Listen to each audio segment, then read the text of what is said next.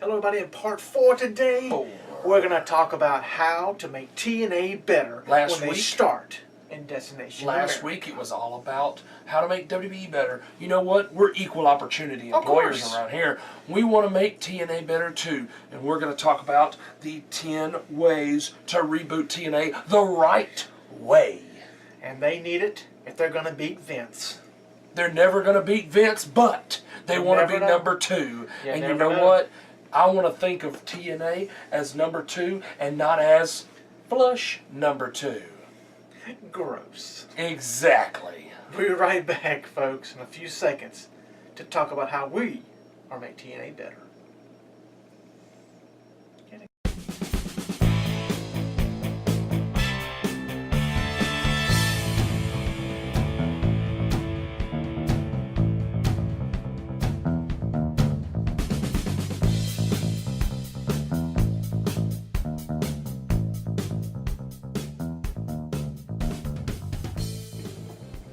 And welcome to Top Rope Rally right here on YouTube for episode 39, part 4. Let's get started with the 10 ways to reboot TNA. I'm taking number 10. We'll take all of them. We're just going to read them and we'll talk about them. And then we'll go Ladies and gentlemen. So let's get started. Yes, we're going to get started with our timer here. Number 10 is rebrand with a new name. When they first started in 2002, they were NWA TNA. The whole concept was on adult themes, exactly, to draw in the audiences, because they were on pay-per-view. And then they said, you know what, we're no longer affiliated with NWA, it was just TNA, but they took away the more adult themes. So now, kept the terrible name. I completely agree with what Vince Russo was saying. Look his stuff up, it's great.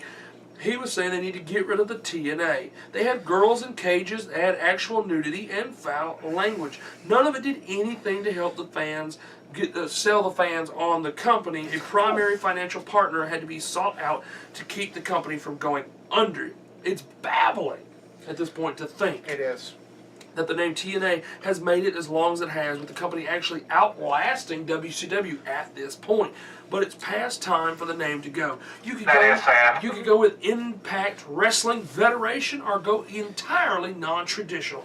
Anything will be better than that name of TNA and the images that it construes. If you look up, around their neck. If you look up TNA, you might come up with wrestling stuff, but you're coming up with a lot more other stuff if you Google it. It sounds like something a 14-year-old boy would dream up, and it's not a serious name for a company. I like it just being Impact Wrestling Federation, Impact Wrestling Alliance, Impact Wrestling, period. Just Impact Wrestling. Yeah, no, not Impact. It's fine. Not period, no. Not period. We're not talking about Pretty Mean Sisters anymore. Okay, Impact Wrestling. Gross. Very nasty. So that, I mean, I totally agree with that. Yes, rebrand with a different name. They have a picture out. They do. And I do not see TNA nowhere on it, so maybe they listened. This is a good thing. Because speaking of the graphic, that goes to number 9. Yes. And that's what they need. New logo, show name, graphic set. Yes. Wash everything away and start. They've already said, we already know we have the new logo. The show name is still going to probably be Impact Wrestling. Which is fine. The graphics have changed, and the set we don't know yet, but we do know they're revamping the website, they're revamping everything. So I mean, so far so good on 10 and 9. Yeah, but they need to do that. That's what you need to do. If you're starting fresh on a new network, who looks like it's going to give you a lot of opportunity. Yeah. I mean, there's even talk of you trying to maybe put it on Netflix. Right, and see, I would totally enjoy that. I mean, you've got other Discovery Channel programs on Netflix. Right. Why not? I mean, this is perfect opportunity. This could expand them to have almost like their own network. Yes.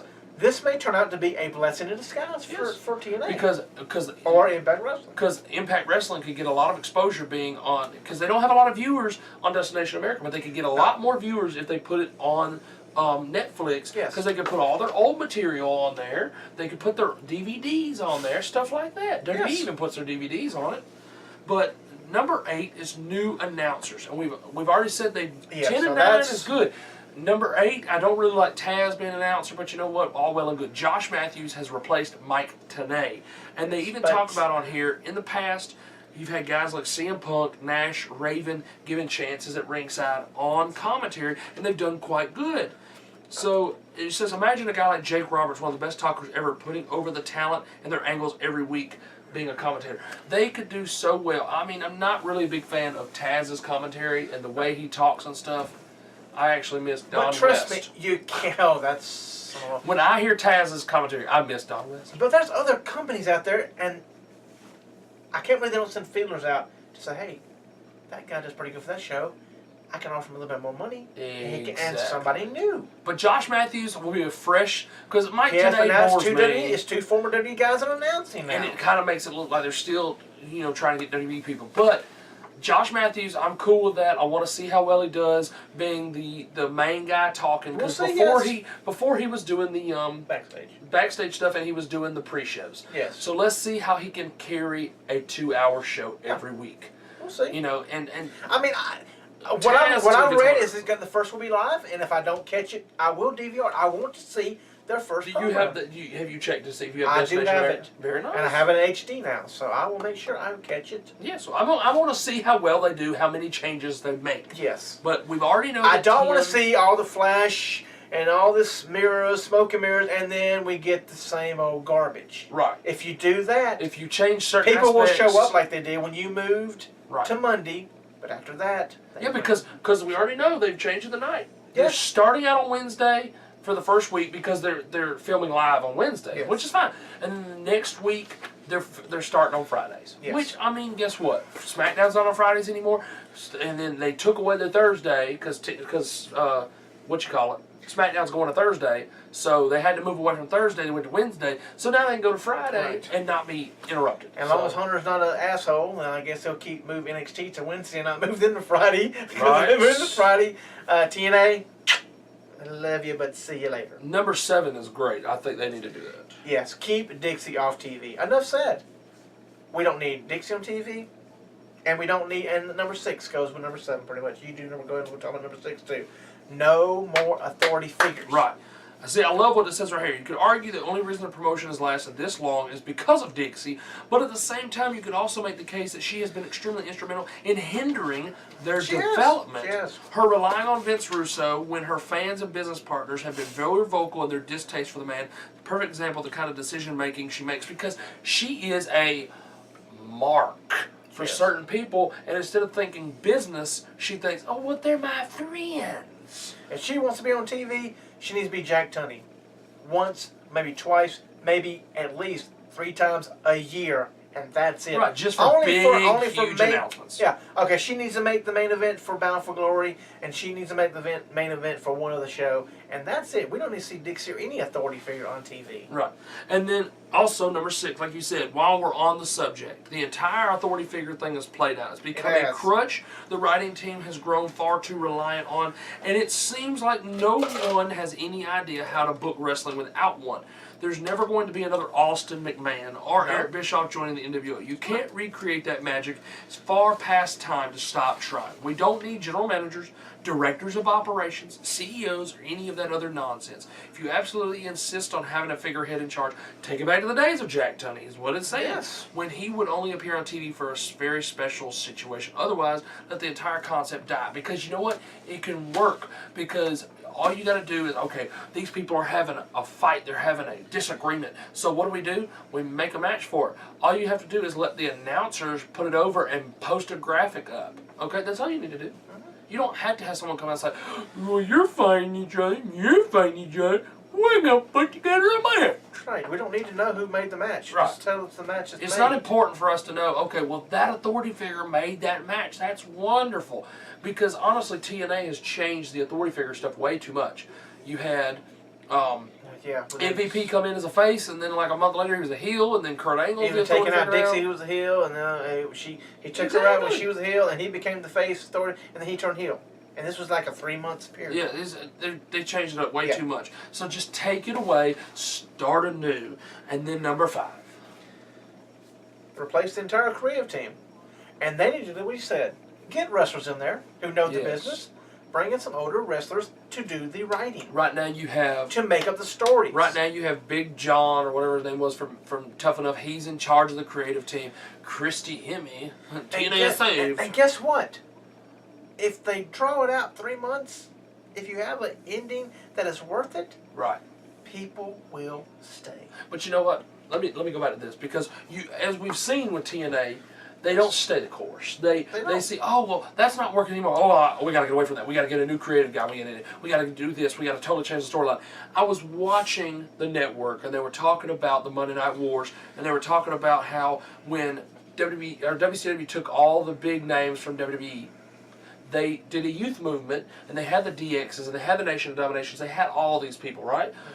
And Vince Russo was on there talking, and he said the reason why they kept doing what they were doing, even though the ratings, they didn't win it right off the bat, but they could see small changes happening, and so they stayed the course.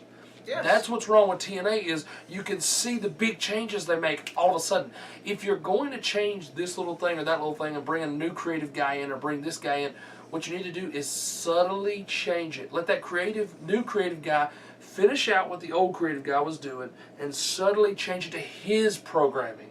And you could do that flawlessly without making a big fuss over it. Stay the course. That's why TNA has messed up so much. They don't know how to stay the course and keep going to see if that thing will work. That's true. You're right. I mean, My that's rant. right. I'm so sorry. It's fine. Number 4, stop copying WWE. Oh my gosh. That should have been done since day one. Amen. Which at first they were okay. Impact Wrestling, stop copying. When they were on pay-per-view and they were doing great things with the X Division, they weren't copying WWE. But when they started bringing out all the big WWE names, that's when they did it. What was the biggest thing this year? With they what? copied. That they copied. With the Eric Young? See? There you go. I gave you no clue. All I said, what did they do? You went right to it. Yes, Eric Young won the belt. He had a big beard, just like Daniel Bryan, who won the belt. And it was within a few weeks. Yes. It wasn't like, okay, they did Daniel at the beginning of the year. We'll do Eric at the end of the year. Right. So spread out. Now we're going to do it a few weeks after they do it. They did the exact same thing, so they definitely don't need to be doing that.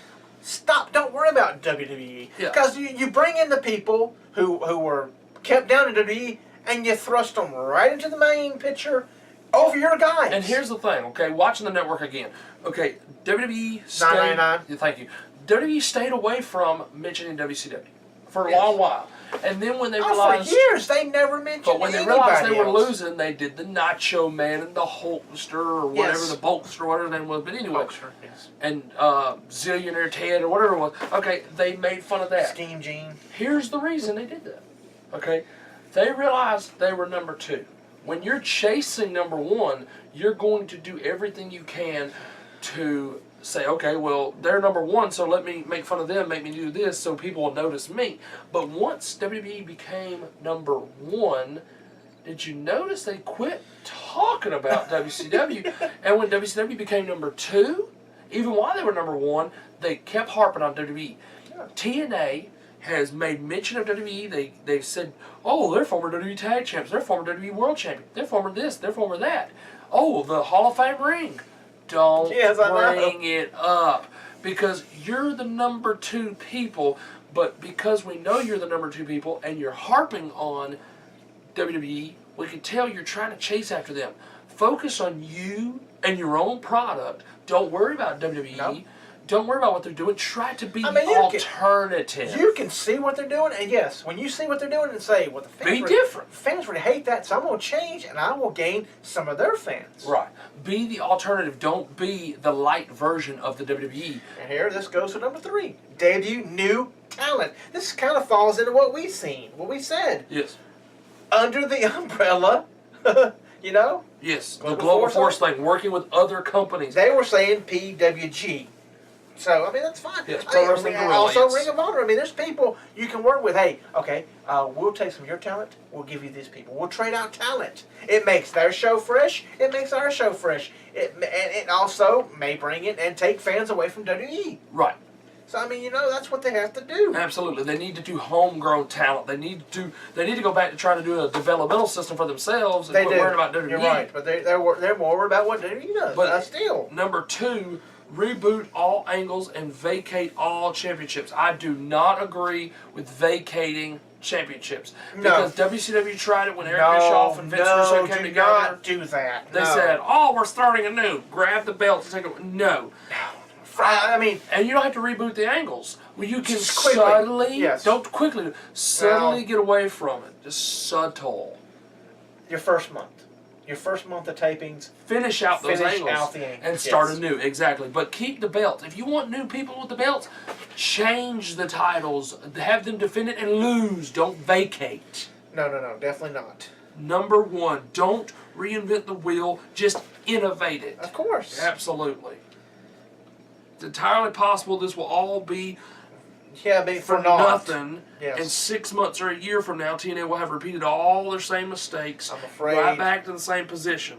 So maybe the answer to all this is to forego the traditional methods of presenting pro wrestling altogether and find a completely new approach. Lucha Underground has done that very thing. They need to do something different. But maybe they will. I hope maybe they know when they're on less, they got less viewers. They could try different things. That they will do stuff different. Totally different. Because if they go back to what they were, then next time, there won't be a next time.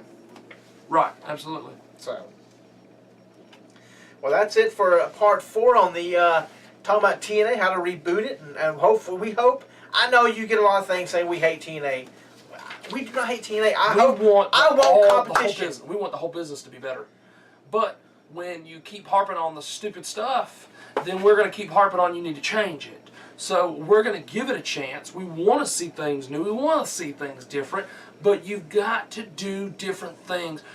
Okay, if you want something better, you have to do better. If you want it the same, stay the same. Absolutely. If you want the same results, well, less results because you get less viewers. If you want the same results or the less results, keep doing the same thing. But if you want different results, you got to do different things. Yeah, that's why you're only running a few pay-per-views instead of like you used to. Exactly. So, it's not because, well, that's what the fans want, it's because you can't afford it. When you buy at a 20,000 seat arena and you only get 500 people. Yep. So, well, we'll be right back for part 5. We talk about 20 more matches of the 100 you must see before you look like this guy. Before you look like that guy. We'll see you right shortly on part 5 of episode 39 as we get one step closer to our big year ender. We'll see you shortly.